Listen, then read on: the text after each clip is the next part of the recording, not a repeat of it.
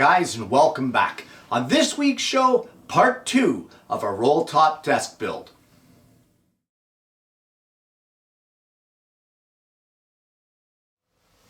Well, when we finished up last week, we had just done all the dry fitting on all 4 upright side panels for our desk. And the last step we finished off with, of course, is the kerf that we made for the clips that will hold down the desktop. From here, we need to make the raised panels that will go inside each one of these rail and style frames. And the way we're going to start it is, I guess we're going to head to the cut list and we will see what type of stock we need. So I've gone through the cut lists for these side panels, and we can see here that the lower raised panel, it has the dimensions here of 6 1/4 by 11 7/8. And it has an asterisk here, and that asterisk, according to this little note here, says that you need to adjust to fit the frames. Well, we know that the gaps or the grooves that the router bits cut in these frames is 1/4 inch thick, and it's 3/8 of an inch deep. So I've gone through and clamped my panel together, the whole assembly rail and style, and verified the actual dimensions. And these dimensions here are actually correct. 11 7/8 is the length and 23 1/2 is the length for these 2 panels. We really don't have to be concerned about wood expansion or shifting on the length of the panel. The grain of the wood isn't going to stretch. Where it's going to expand and contract is the width. And that's these measurements here at 6 1/4 and 6 7/16. So these measurements will work, and it will give enough gap in the panels. You don't want these tight fitting. The length can be tight fitting, but not the width. So we want this width to have a little bit of a gap, and they've actually cut it back by 1/16 of an inch on each one. However, I'm going to be mounting it a little differently, and I'm going to be using these little soft rubber panel barrels. And what these do is, on the width side, they fit snugly in the groove that your router bit has cut, and they will hold your panel in there securely, keeping it from rattling and moving it around while giving it enough space to expand and contract. And for that, you need to leave enough room for this barrel to be in there, plus a little less to crush it, kind of thing. You don't really want to crush it. That's kind of an exaggeration. You just want to compress it a little to make it so that panel doesn't jiggle around. So what I've done is, to the inside measurement of each one of these panel widths, and that's not the measurement here, that's the measurement that I actually took from the rail and style frame, to each one of those I have added 3/16 of an inch on either side. So 6/16 or 3/8. So in essence, it will be 3/8 of an inch longer than the inside to inside width dimension of each one of these frame buildups. And then these barrels will have plenty of room then to allow for expansion. So the first thing that I need to do is cut the length of these boards from some rough cut stock, and once again hit the jointer planer, then the bandsaw, then the thickness planer, and lastly the table saw. I don't think we need yet another video of that, so I'm going to do all of that work, and then when I come back, we'll head to the router table and take care of the raised panel part of the build by installing that bit and doing the work that's involved with that. Well, now we've got all of our panels cut, and we've remembered to leave enough space on the width of each one to allow those 1/4 inch panel barrels to fit. So I don't want to say the measurements here because yours might be different, but don't forget, check the inside to inside measurement, and if you're using panel barrels, allow for those. If you're not, just leave an extra 16th or cut it a 16th of an inch shy so that that panel can expand. So we've got the raised panel bit installed in the router table. Of course, we have our guard in place. One of the most dangerous bits in the shop as far as the router table goes, in my opinion, guys. It can really do some severe damage. So don't mess around. Get the guards in place, please. Now that you've got it all in place, you got your panels cut, we're going to route all the raised panel. Remembering, don't take it all in one shot. Do it in multiple passes so that, you know, it's easier on your machine, it's easier on your bit, and you'll get less burning in the wood.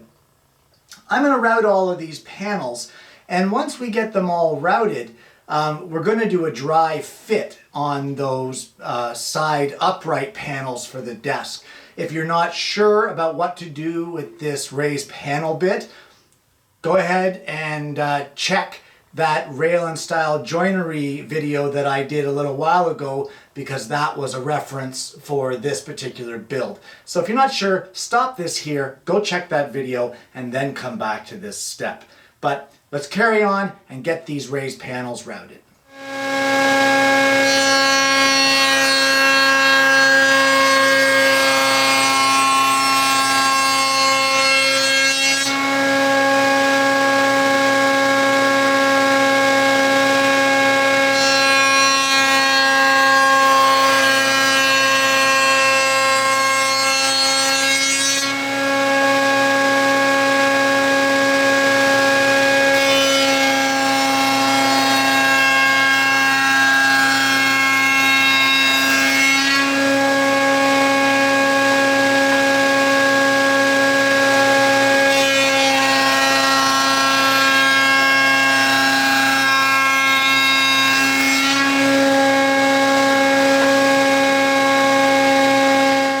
You've got all of the panels routed for the raised panel style, and now it's time to give them a little sanding, just a light sanding on top, take off the burring, and sand off the back of each one of these panels.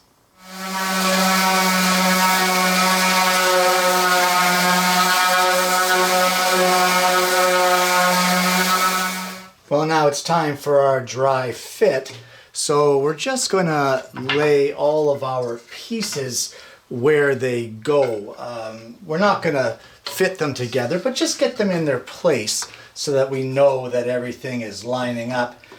And now we want to get the panel barrels, remembering that the panel barrels will go in the width of each piece. So they'll be all along here at the top of this part, all along the top in here, and there'll be a couple in each side of these uprights and in the same positions over on these side rails. So I'm going to grab some panel barrels and put those in, and then we're going to dry fit the actual panels and see how we make out with that dry fit. So we're going to start with these middle ones, and I'll just pop a little panel barrel there and then another one in here. And the nice thing about these is that because I have the 1/4 inch panel barrels, they're fit for the grooves. They don't fall out when I stick them in there. So let's get all these panel barrels in, and then we can slide our panels into place. Now that all those barrels are in place, just slide your panels just lightly into each one of these pieces, just to get them positioned to where we need them.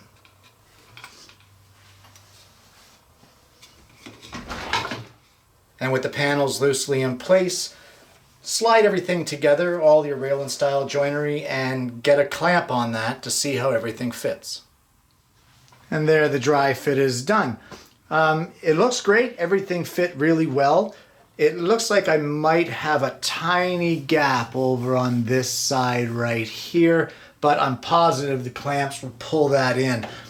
These strap clamps don't put a lot of pressure in on these joints. So when I get the actual clamps on, when I'm actually gluing up each panel, there will be a clamp running along each seam of these uprights, as well as the seams here to pull everything in tight.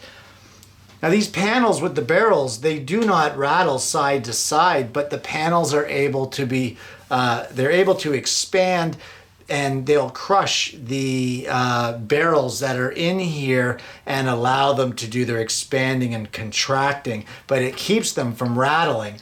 And as well, they're tight top to bottom because, as I've said before, when it comes to the wood expansion, it's not going to stretch the grain. It's going to go the width of the piece. So I'm pretty happy with this here. I'm going to dry fit all 4 panels to make sure everything fits nicely. And before we move on, there's a few things that you want to consider. Now, when I say consider, that may not be the right term, but when it comes to routing these panels, you want to keep in mind, route the end grains first. That way, if there is any tear out or splintering at the end grain, when you do the long grain or the edge of the boards, that's going to take it away and clean it up. As well, before you route any of those panels, inspect the board. And if there's any imperfections, you want to put them on the back of the board, or on the back of the panel, because of course with these panels that make the desk, all of those panels will be inside where the drawers go. So if there is any little imperfections or discolorations, you're not going to see them, because they're inside where the drawers are. So put any imperfections to the inside. Also, when putting these panels together, again, inspect the pieces. You want your best pieces to be on the 2 outer edges facing out, so that that's what people see. If there's a little imperfection on the panels inside where your legs go, where you're sitting, if someone crawls in there and they want to go that far to look for imperfections, so be it. Let them look. But pay attention to the pieces that you have and put your best face forward, so to speak, and kind of hide any little flaws in the wood on the inside of the drawer sections and in around where your legs go, so that it's not immediately noticeable when people see the desk. Well, I'm done with all the dry fits, and I'm happy with them. This is 2 of the panels, and I've dry fit them together, as you might be able to tell by the thickness of it. But now that you're happy with all of the dry fit, it's time to glue these panels together. And you don't really need a video of it. It's not rocket science. I would suggest getting a helper if you can, but you're going to want to glue in each one of these rail and stile joints, as well as these uprights. But I will warn you, I'm pretty sure I've said this before in the video for rail and stile, these panels do not get glued in. Do not glue them in. They are meant to float. They're snug top and bottom or lengthwise, and they do have some play in them from side to side on the width. So do not glue the panels, but do glue everything else. Be careful when you're gluing. Be sure to check it for square. Use a glue that's longer setting, maybe a Tight Bond 3 that takes a little longer to set, and that way if you do need to adjust it or tweak it to make the panel square, you can do that.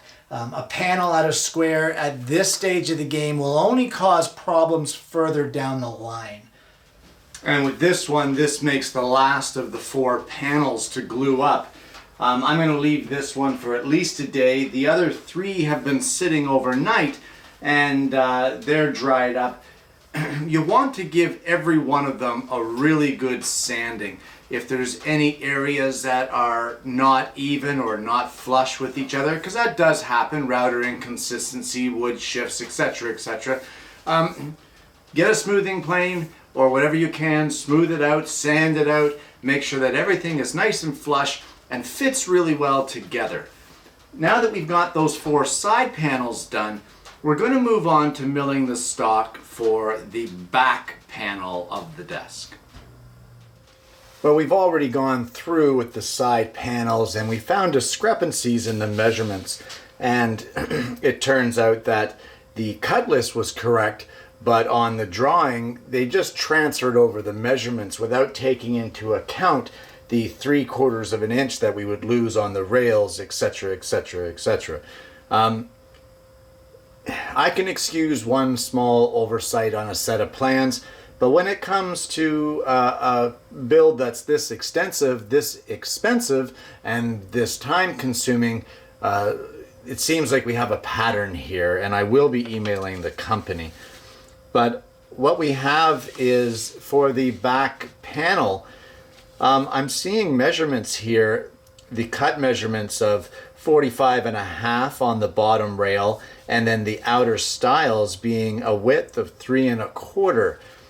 And no matter what kind of combination I do in the calculations using those cut lists, I cannot get it to equal their 50 inches that they show right here. It really makes no difference. And when I see over on this side of the drawing a measurement of 2.25, which shows our outer stile here at 2.25, even if I add 3/8 that will be embedded into, because this is exposed measurement now of 2.25, even if I add the 3/8 that will be embedded into the bottom rail, there's no way that I'm going to come up with the 3.25 width measurement that they're showing here for the outer stiles.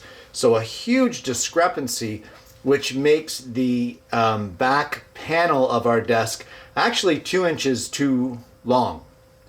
And that would cause a huge problem for our face frames in the front. It would cause a huge problem, well, with the whole build. So I am going to say that this measurement, being our 3.25 on the width of our outer stiles, is actually incorrect. And if I go by the visible surface measurement here on the print of 2.25, and I add the 3/8 of an inch that will be embedded into here, if I do all the calculations all the way across by cutting these outer stiles to a dimension of 2 5/8 as opposed to 3.25, I actually come up with the correct length on this panel of 50 inches long. Huge discrepancy, absolutely unacceptable. I don't know what to say, guys, other than if you're buying a set of plans or you're working off of someone else's measurements, please check the work. Don't waste the time, don't waste the stock, don't get frustrated. Check their work, because these things it gets missed, and this was revised 4 years ago. I don't know why they haven't had more complaints and had more revisions since then.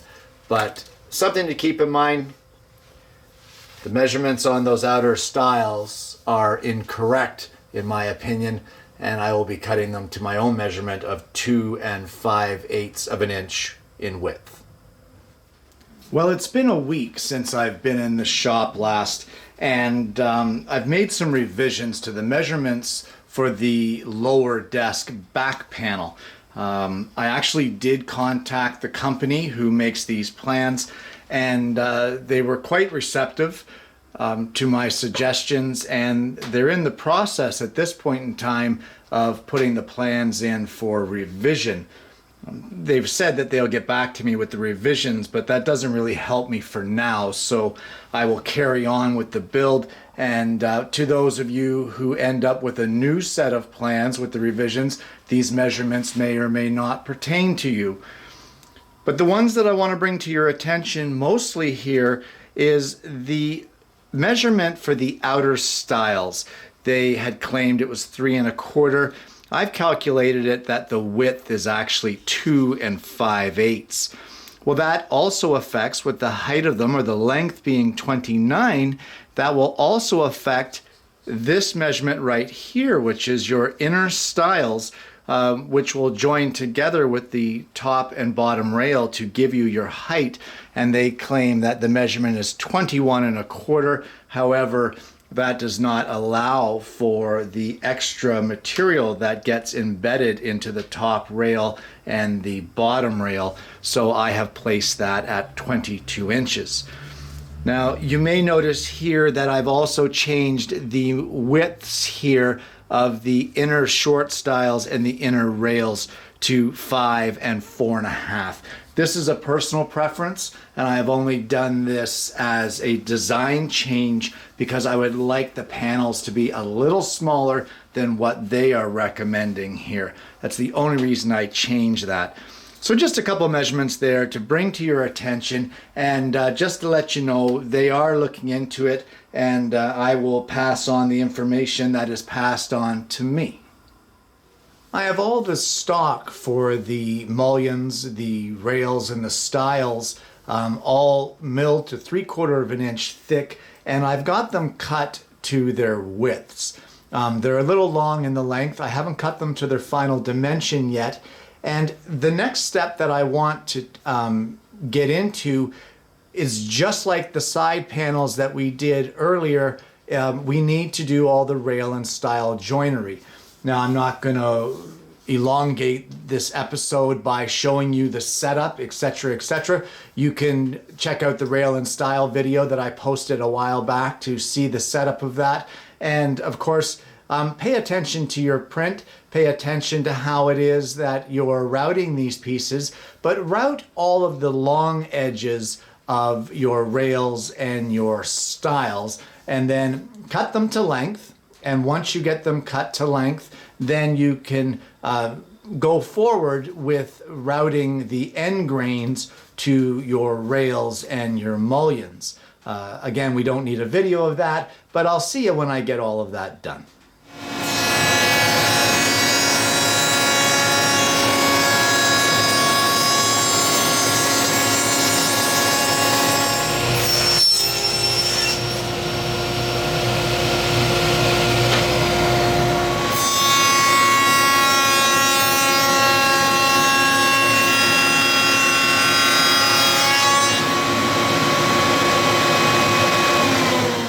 Well, I'm finished at the router table, and I've done all the rail and stile joinery, and I'm just doing a dry fit, just to make sure that everything pieces together correctly.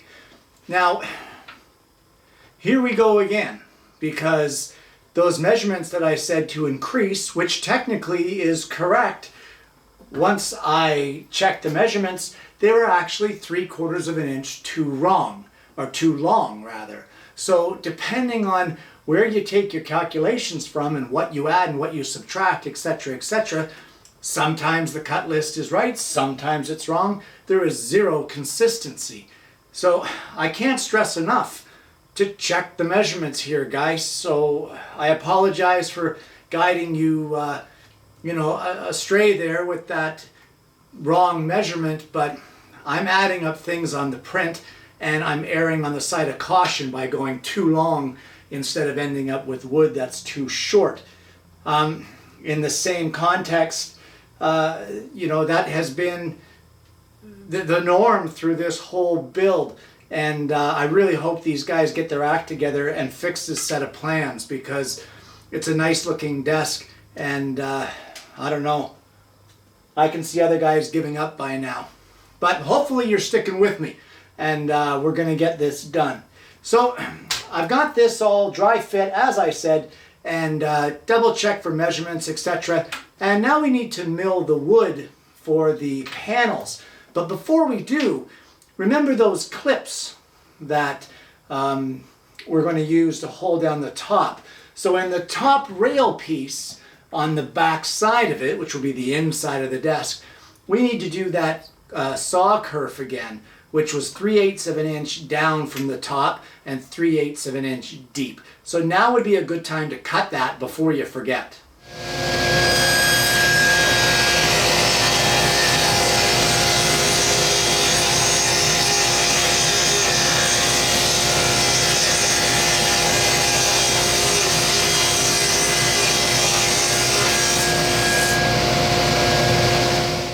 So there you go, the kerf is cut in that top rail, so we haven't forgotten that. Now we're going to go and mill all of the stock we need for the panels for this back of the desk. We've got all the stock cut for our raised panels to their final size, and now I'm just going to head over to the router table and use the raised panel bit to shape them all to their finished product.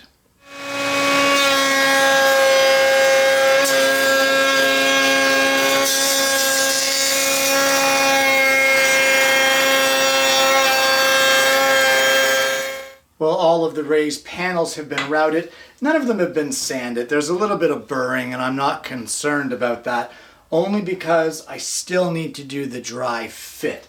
Now, this thing is 50 inches long. I do not have clamps that are 50 inches. So what I've done is I've taken some scrap oak at 1.125 inches wide, and you can see here I've ripped a dado in them that is just a little proud of 3/4 inch, and what I'm doing with that is that will sandwich over the edges, and I'm going to use ratchet straps to pull it in together.